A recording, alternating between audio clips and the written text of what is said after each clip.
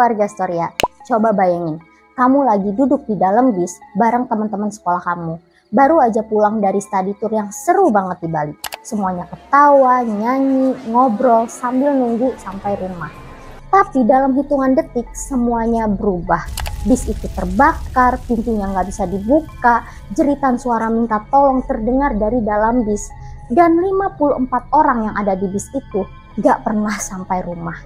Hari ini kita akan bahas salah satu tragedi yang paling memilukan di Indonesia. Namanya tragedi Python. Tragedi ini terjadi pada tahun 2003 di Situbondo, Jawa Timur, dekat dengan PLTU Python. Makanya disebut tragedi Python. Dan korbannya adalah anak-anak sekolah yang lagi senang-senangnya habis study tour.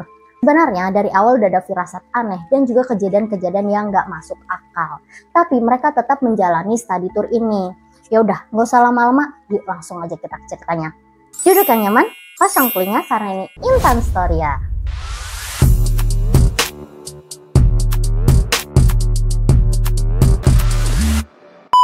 Nah, buat kalian yang baru nonton video aku, boleh kali di subscribe dulu.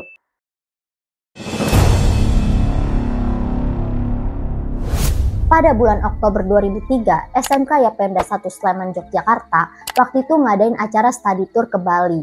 Total ada 150-160 orang yang ikut, termasuk guru dan juga pemandu wisata. Setiap bis berisi 50 orang siswa-siswi, 3 guru, 1 pemandu wisata, dan juga 2 orang yaitu supir dan juga kernet-nya.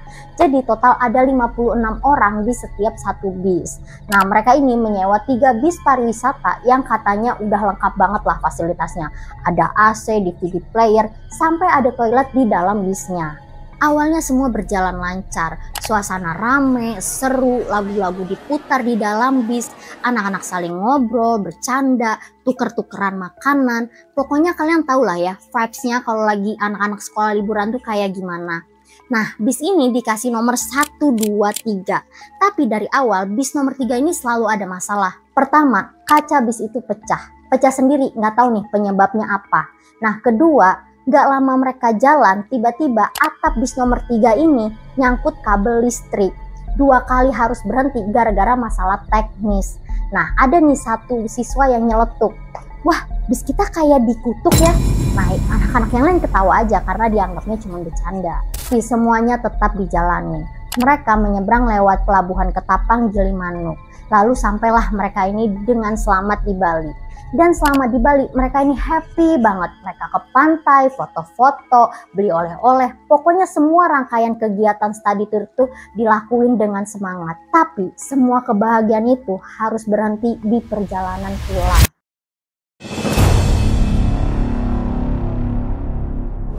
Singkat cerita, pada tanggal 8 Oktober 2003, rombongan mulai pulang dari Bali menuju Yogyakarta. Lagi-lagi bis nomor 3 kena masalah. Kacanya pecah untuk kedua kalinya. Nah, supir bis ini sebenarnya udah bingung. Kenapa ya? Padahal tuh udah diperiksa atau dicek sebelum mereka berangkat. Dan kondisinya baik-baik aja. Akhirnya setelah mereka berdiskusi, diputuskanlah bis nomor 2 untuk berangkat terlebih dahulu untuk sampai di pelabuhan Gilimanuk. Bis nomor 1 menunggu bis nomor 3 diperbaiki. Jadi mereka biar bisa berangkat bareng lah gitu ya. Sampai akhirnya ketiga bis ini berkumpul lagi di pelabuhan Gilimanuk dan menyeberang bareng. Setelah sampai di pelabuhan Ketapang, Banyuwangi, formasi berangkatnya berubah. Yang awalnya bis nomor 1, 2, 3. Jadi yang paling depan itu bis nomor 1, bis nomor 3 di tengah, dan bis nomor 2 yang paling terakhir. Kenapa? Biar kalau ada apa-apa lagi dengan bis nomor 3, mereka bisa tahu. Nah, jalur yang mereka lewatin ini adalah jalur Pantura, lewat kawasan Banyuglugur, Situbondo. Jalurnya menanjak dan juga banyak tikungan tajam. Dan waktu itu suasananya udah malam, gelap.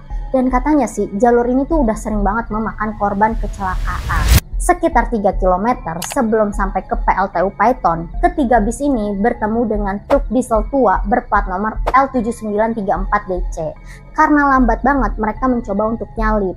Nah, bis nomor 1 dan bis nomor 3 ini berhasil nyalip. Dan disusul juga oleh bis nomor 2 berhasil nyalip juga. Tapi dari arah berlawanan datang truk kontainer gede yang juga lagi nyalip kendaraan di depannya dia. Nah, pas berhasil nyalip, ternyata di jalur truk kontainer ini di depannya itu ada gundukan pasir. Supirnya kaget, akhirnya langsung membanting setir ke kanan. Dan brak! tabrakan pun gak bisa dihindari. Sisi depan truk kontainer nabrak sisi depan bis nomor 2. Langsung muncul api dari bawah bis. Panik jelas. Semua penumpang langsung lari ke depan untuk menyelamatkan diri dan keluar dari pintu depan. Tapi pintunya itu nggak bisa dibuka. Kenapa? Ya pintunya rusak karena habis ditabrak oleh truk kontainer tadi itu. Baru mau coba lari ke belakang, tiba-tiba brak. Bis nomor 2 ditabrak lagi oleh truk diesel yang sebelumnya mereka salip itu. Jadi sekarang posisinya bis nomor 2 ini diapit depan belakang. Mereka nggak bisa bergerak, mereka terperangkap. Api pun mulai menyambar ke dalam bis. Kursi-kursi yang terbuat dari busa gampang terbakar langsung dilahap oleh api. Sementara anak-anak yang di dalam bis berteriak-teriak meminta tolong. Ada yang mencoba untuk memecahkan kaca, ada juga yang mencoba untuk mendobrak pintu. Tapi semuanya gagal, api udah keburu gede dan orang-orang yang di luar bis hanya bisa melihat karena apinya itu udah terlalu gede, jadi nggak bisa berbuat apa-apa. Mereka hanya bisa melihat dan mendengar suara teriakan meminta tolong dari dalam bis. Bis itu habis terbakar dalam waktu singkat, jadi besi rongsokan, jadi hanya tinggal kerangkanya aja. Dan gak ada yang menyangka bis itu akan menjadi kuburan massal bagi 54 orang yang ada di dalamnya.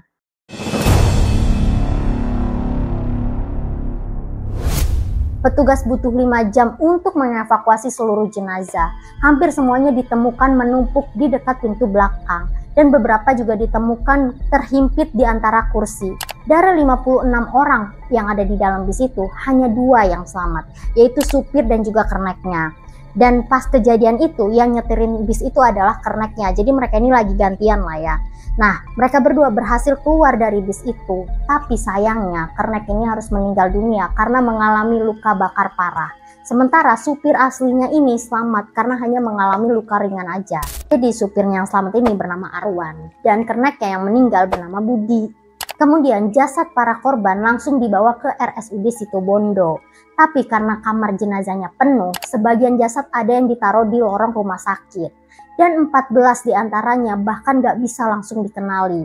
Mungkin karena kondisinya yang terbakar. Malam itu juga 54 ambulans bergerak dari Situbondo menuju Sleman. Dan setiap mobil ambulan ditempelin foto para korban. Sementara suasana di lapangan tempat penjemputan jenazah gak bisa digambarkan dengan kata-kata. Ada yang nangis histeris, pingsan, bahkan ada juga yang teriak histeris sambil memeluk foto anak mereka. Di situ hati orang tua hancur. Dan yang lebih menyayat hati, bis nomor 1 dan nomor 3 nggak tahu kejadian yang dialami oleh bis nomor 2. Mereka baru tahu pas mereka nyampe di sekolah dan banyaknya wartawan di sekolah itu.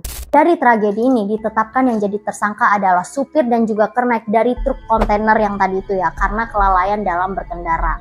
Dan satu lagi yaitu supir bus nomor 2 yang selamat yang bernama Arwan ini karena sudah lalai dalam menyelamatkan para korban atau penumpang di bisnya. Setelah tragedi itu, pemerintah langsung bikin perubahan. Setiap bis wajib ada pintu darurat, palu pemecah kaca, dan juga apar. Jadi pas kejadian itu, di bis mereka tuh nggak ada palu pemecah kaca dan juga apar, makanya mereka nggak bisa keluar dari bis itu. Warga Storia, yuk kita berdoa untuk para korban tragedi Python. Semoga mereka semua tenang di sisi Tuhan Yang Maha Esa, dan bagi keluarganya diberikan kesabaran serta ketabahan. Amin, amin ya robbal alamin. Dan buat kalian warga Storia yang ingin bepergian keluar kota, jangan pernah abaikan keselamatan. Berdoa dulu sebelum berangkat, pastikan kendaraan kalian baik-baik aja, dan tetap waspada, agar tragedi ini nggak terjadi lagi. Oke, sekian dulu video kali ini, dan terima kasih untuk warga Storia yang udah menonton video aku. Jangan lupa like video ini kalau kalian suka, subscribe channel YouTube aku, serta share ke teman-teman kalian agar warga Storia semakin besar, dan juga aktifkan loncengnya agar kalian gak ketinggalan video-video aku berikutnya. Bye-bye. Udah.